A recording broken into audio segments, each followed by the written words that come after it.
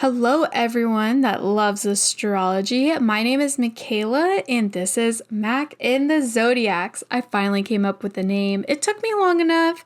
I literally thought of it one night before falling asleep, and I had to write it down. And when I woke up the next morning, I was like, okay, yeah, this sticks. So, Mac in the Zodiacs, that's what my podcast is going to be called. So today's episode, we are going to dive into the basics of birth charts. It's going to be a doozy. It's going to be a lot.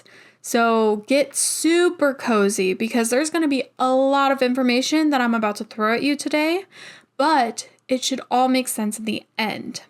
So like I said, get cozy and let's learn about birth charts. So what exactly is an astrology birth chart? It is a chart that maps where the sun is. A birth chart is a chart that maps where the sun and planets are the moment you are born. I'm talking the time, the place, and the day. So in order to get your full birth chart, you do need those elements. You need the date of birth, time of birth, and estimated is okay, but as accurate as possible is preferred. And then the city you were born in.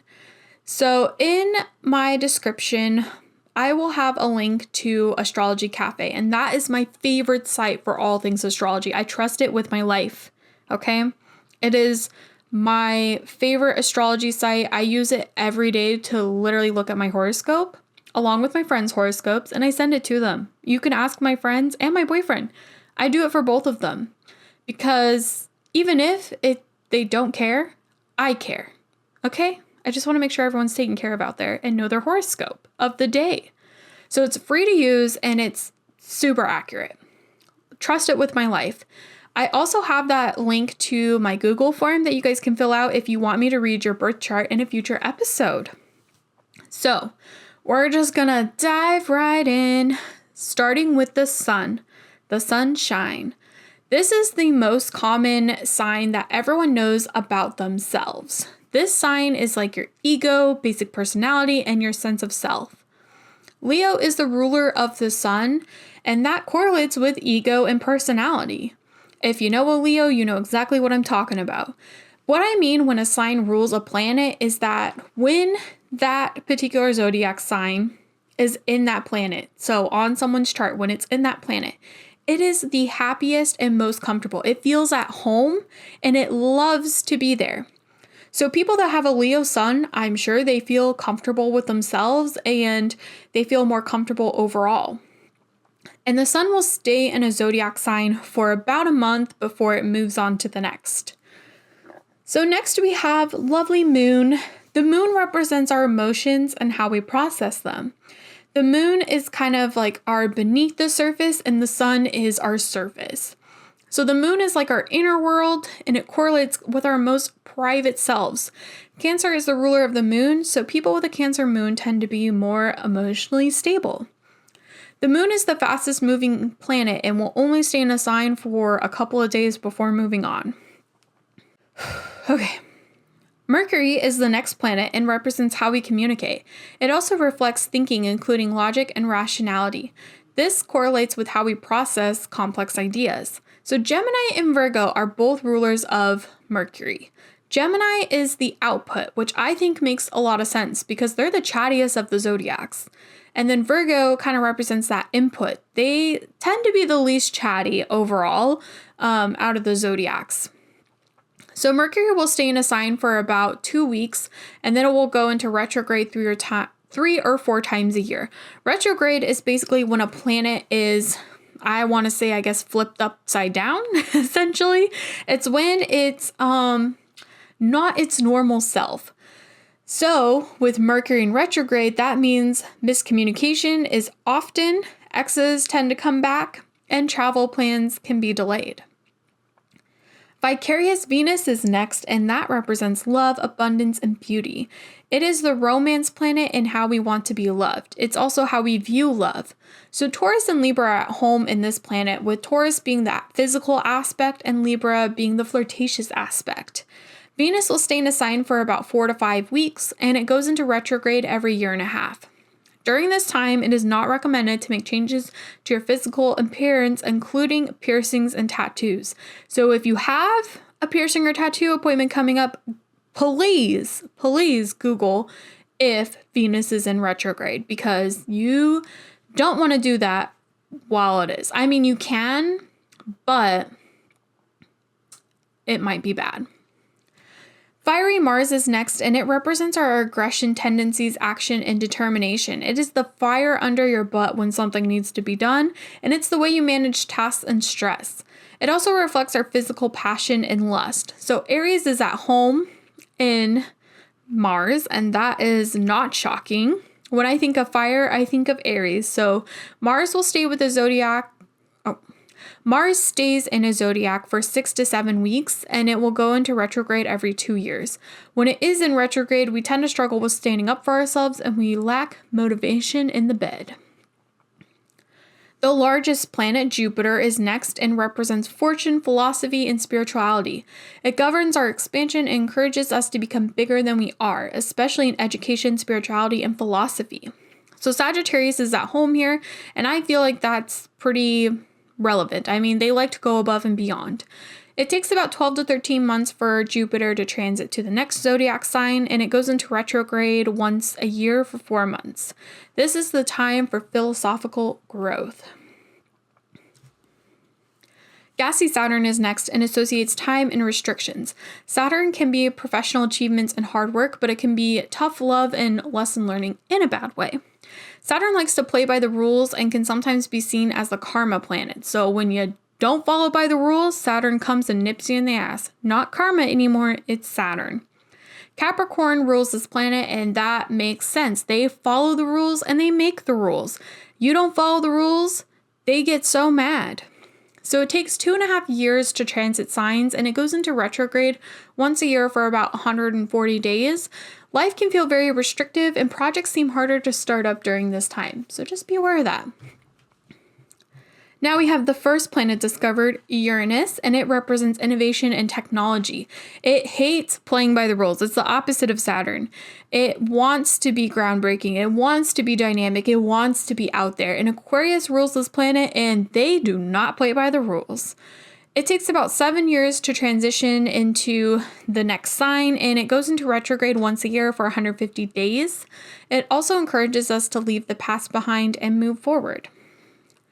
Blue Neptune is next and represents fantasy and reality. It can be creative and psychic, but also delusional and crazy. Imagination is powerful, and Neptune tells you how you freely think. Pisces, the daydreamers of the zodiacs, rule this planet, and that's not surprising. I mean, they literally are the daydreamers of the zodiac sign, so they get to rule Neptune. It takes 14 years for it to transition to the next sign, and it goes into retrograde once a year for 150 days. Secrets tend to be revealed, and people get away with more during this time. Lonely Pluto is next and represents power, transformation, destruction, and regeneration. It reminds us to manifest and release the past. Scorpio rules this planet, and they're the mysterious figure of the zodiac sign. It stays in a sign for 14 to 30 years, and sometimes can be seen as our generation gap, so millennial versus Gen Z versus boomers. If you notice, they tend to kind of fall in that category a little bit. It goes into retrograde once a year for 185 days, and it encourages us to manifest a better future and leave the past behind. So there's still one aspect of our birth charts that I'm missing, and y'all out there that know astrology are probably like, excuse me, Michaela, you're missing the most important element of your chart, hello. And no, it's not the sun. It is not the sun. Okay? This aspect of your chart, it is not a planet. It's not part of a planet. It's kind of confusing, but we're going to get into it. So just bear with me for a second. So it's your rising or ascendant sign.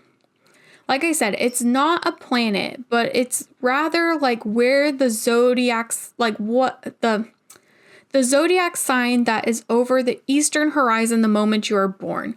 So the time that you are born heavily correlates with this aspect. And like I said, it's not a planet. It's not anything of that nature.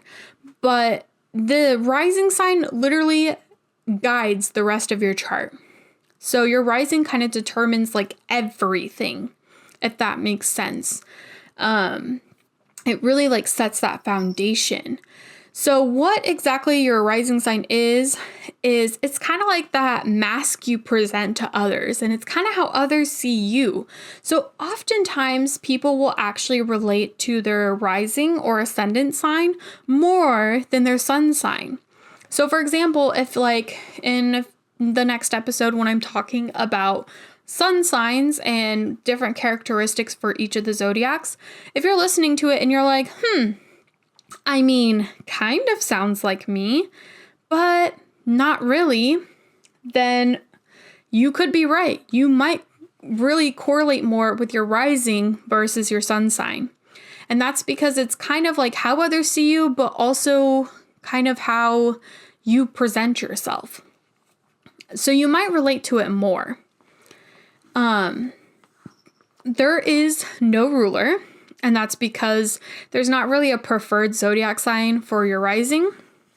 And it's definitely one of those, like the moon does move the fastest out of all the planets. However, your rising actually changes every 2 hours. Like the rising zodiac sign will change every 2 hours. And that's because there's 12 zodiac signs, 24 hours in a day, so it will change every 2 hours. So that's why it's based on the time you were born. It's definitely the strangest part of your chart, and it can definitely be the most confusing. But I feel like once you know your rising sign, you will like understand so much more about yourself. So wow, that was a lot. That was a lot of information. I'm sorry.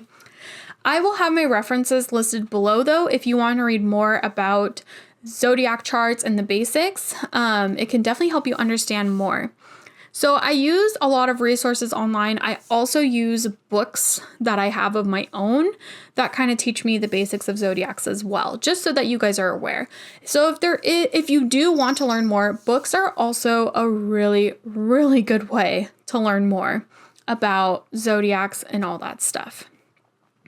So there's a lot to unpack in this episode. I'm glad you guys have stuck it out with me. This is going to be one of the dooziest episodes for sure. But if you can get through this, I feel like you can get through the rest of this series.